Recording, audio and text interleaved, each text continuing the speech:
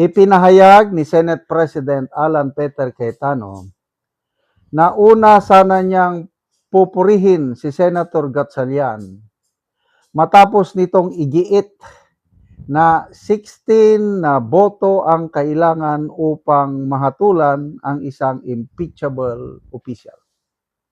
Aniya, sumasang-ayon siya sa naunang pahayag ni Gatchalian na nakabatay sa probisyon ng konstitusyon na nangangailangan ng 2/3 vote ng Senado para sa konbiksyon ng impeachment trial.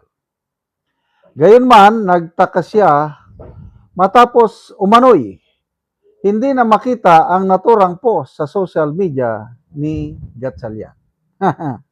Sabi niya, sabi ni SP Cayetano, instinct ko na sana papurihan si Senator Win Gatchalian nung sinabi niyang 16 talaga yung kailangan para makonvict ang impeachable officer. Pero, biglang binura sa Facebook niya.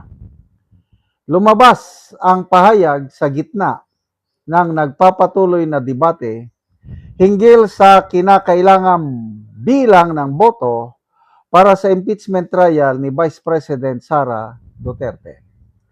Habang may ilang miyembro ng House Prosecution Panel na nagtatanong kung dapat bang nakabatay ang threshold sa bilang ng mga senator judges na aktwal na makalalahok, na nanatiling posisyon sina Cayetano at ng naunang pahayag ni Gatchalian na 16 na boto ang kailangan para sa conviction. Yan.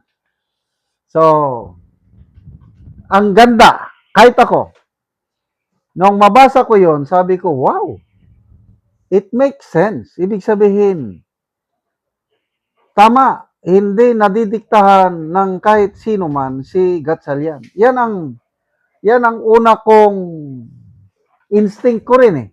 Sabi ko, okay pala itong Gatchalian eh. Hindi siya Senate of Malacanang dahil sa kanyang post na yon. Dahil yun ang tama. Kaya lang nakakapagtaka, binura. Tapos, pagkatapos niyang binura, lumabas na ang mga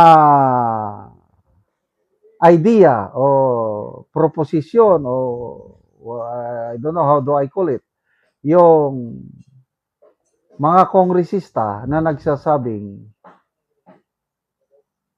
hindi dapat 16. Depende na daw sa number of senators present during the impeachment trial.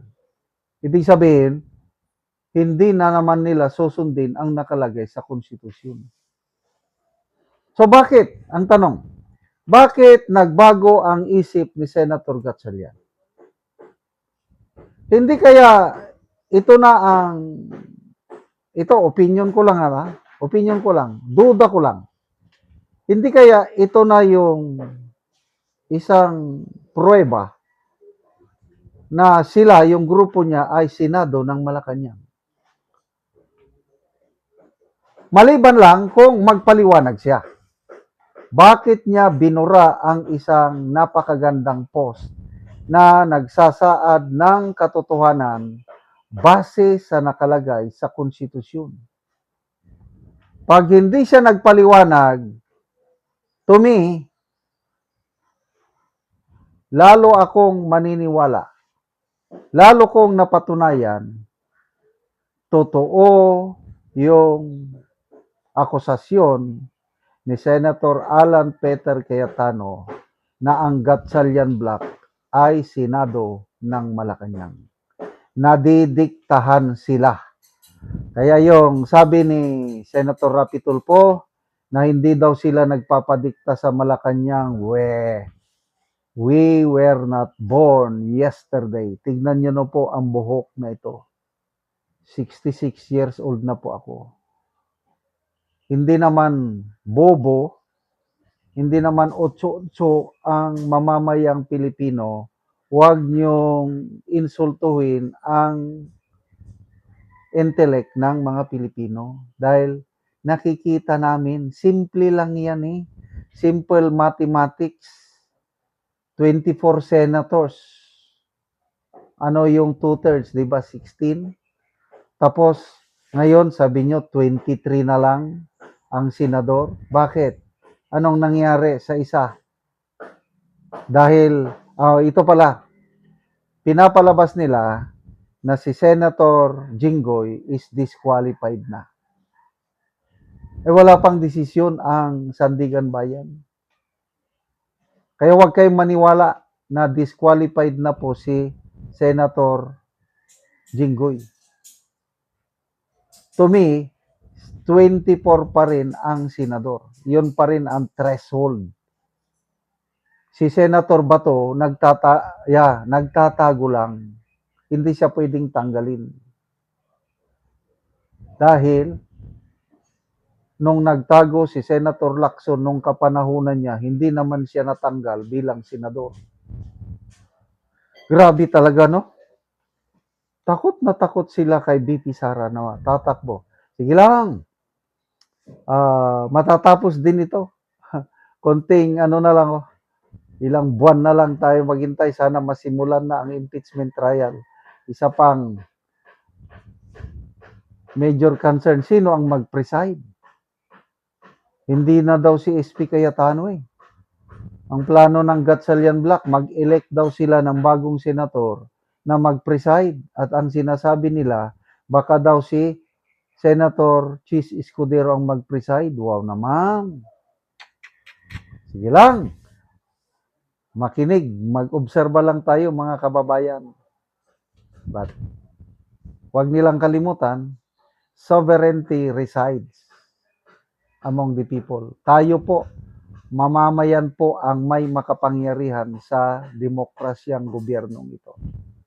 So, huwag kayong mangahas na sundin lahat ang gusto nyo dahil temporaryo lang ang kapangyarihan na ibinigay sa inyo ng taong bayan. Salamat mga kaibigan sa pagsubaybay nyo sa channel na ito.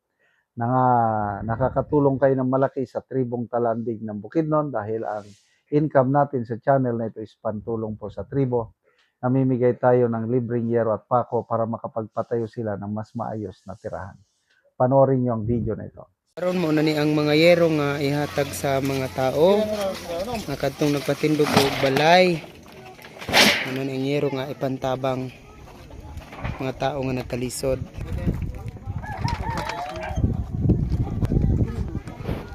Salamat kanay bay.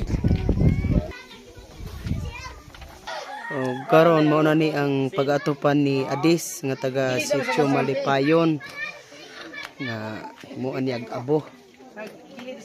Mag-atop na ni siya karon